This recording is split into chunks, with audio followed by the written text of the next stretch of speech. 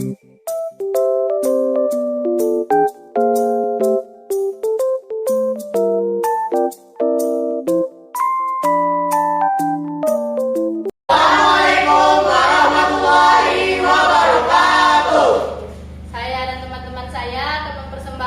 yang berjudul Ular Kepala 7.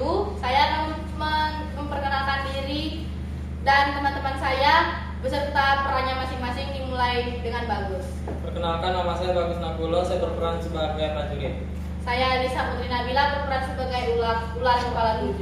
Saya Ahmad Renisa sebagai moderator. Saya Rido Hafiz sebagai sang raja. Saya Dewa Dari sebagai istri raja. Saya Mada Gasenanda sebagai gajah meram. Dan saya Kausuci Ramadhani sebagai istri Kakanda Raja Meram. Saya Muhammad Refa Rizky, saya sebagai Gajah Merik. Selamat menyaksikan drama dari kelompok kami.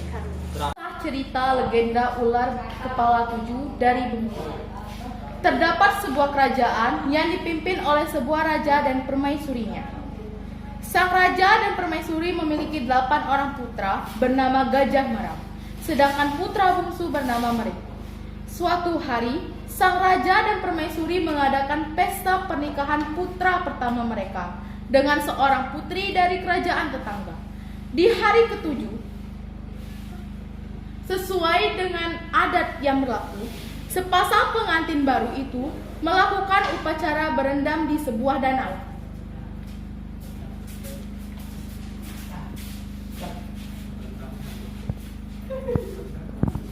Tanpa disadari oleh Gajah Meram dan istrinya, dari kejauhan ada sosok yang sedang mengawasi mereka.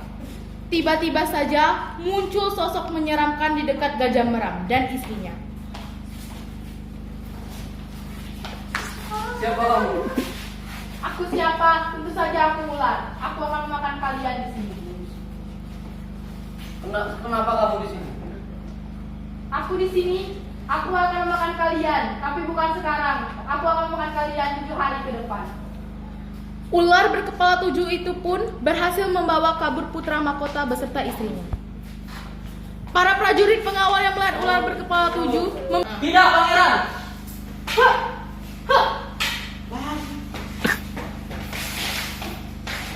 Para prajurit pengawal itu pun melaporkan penculikan Gajah Meram dan istrinya kepada raja. Baginda, pangeran dan permaisurinya telah diculik oleh seekor ular berkepala 7. Apa? Aku kira hanya mitos sebelakang saja ular kepala 7 itu. Ternyata benar-benar ada. Kepala 7 pun itu membawa mereka berdua ke dalam sebuah gua. Masuk ke sana.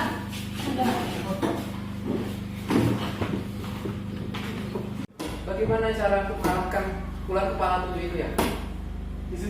Ayahanda, izinkan Anda untuk berangkat menyelamatkan Kakanda dan istrinya. Apa? Apa kamu sanggup? Aku sanggup, Ayahanda. Bagaimana kamu mengalahkannya?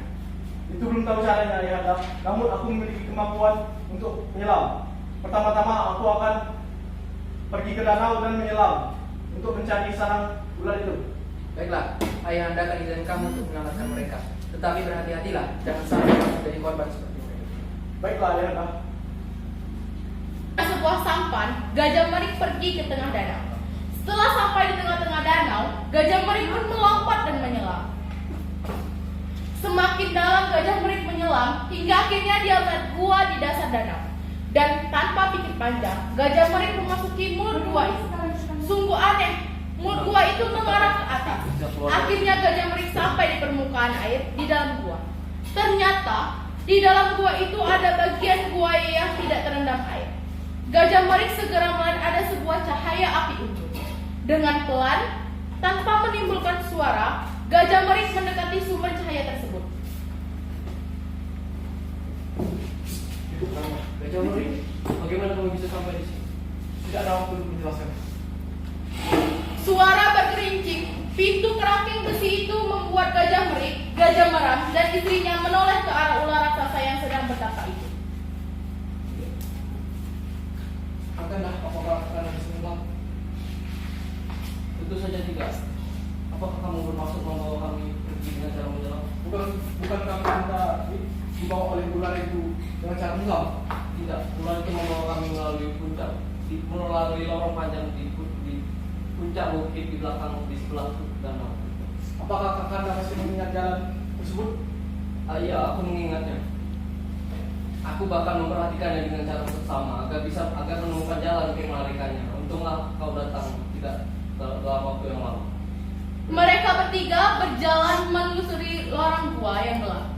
Dengan sangat hati-hati, mereka terus menampaki lorong gua, tidak mengeluarkan suara yang bisa membangunkan si ular. Hingga akhirnya mereka bertiga sampai di ujung lorong gua yang ternyata berada di sebuah bukit tidak jauh dari danau.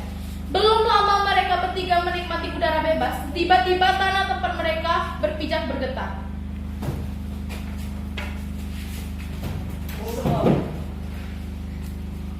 Hei, siapa kamu? Beraninya kamu mengganggu pasca tahunan? Tidak perlu tahu siapa aku. Yang penting aku telah menamatkan tawanan. Hahaha, pembicaraanmu sungguh lucu. Tapi bagaimana kau bisa melepas kawananku? Kakanda, silakan pergi ke kerajaan untuk minta bantuan kepada prajurit dan raja. Biarlah aku membantumu. Jangan Kakanda, jika kita mati bertiga di sini, maka ular ini akan terus-menerus seperti ini. Baiklah, aku akan pergi. Aku akan membawa semoga kamu bisa bertahan sampai aku membawa seluruh prajurit yang ada di sana. Baiklah Kakanda. Apakah benar kamu tidak membutuhkan bantuan dari sana? Tidak perlu, aku sendiri bisa melawan. Ular berkepala 7 itu pun menyangka Gajah Merik mampu bergerak secepat angin. Ujung tombak Gajah Merik berhasil mengelupasi si ular berkepala 7. Kepalaku pusing. Perkelahian di puncak bukit itu terjadi dengan sangat seru dan lama. Gajah Merik bergerak cepat melompati ke sana kemari menyerah ular kepala 7 itu. Si ular pun menyerang Gajah Merik dengan taringnya yang runcing dan ekornya yang menyambar. Akhirnya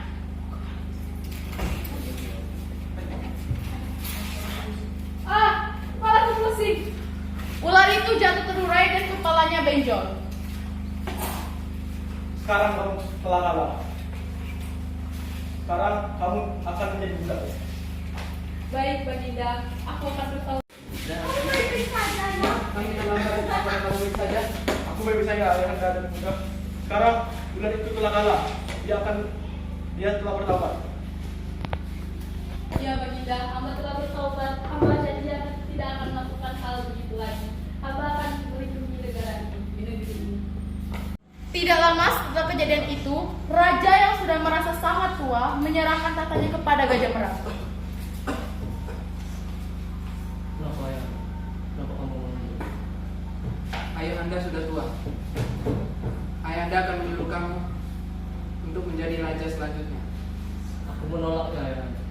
Yang pantas untuk menerima tahta itu adalah Gajah Merik. Baiklah, kalau itu mampu.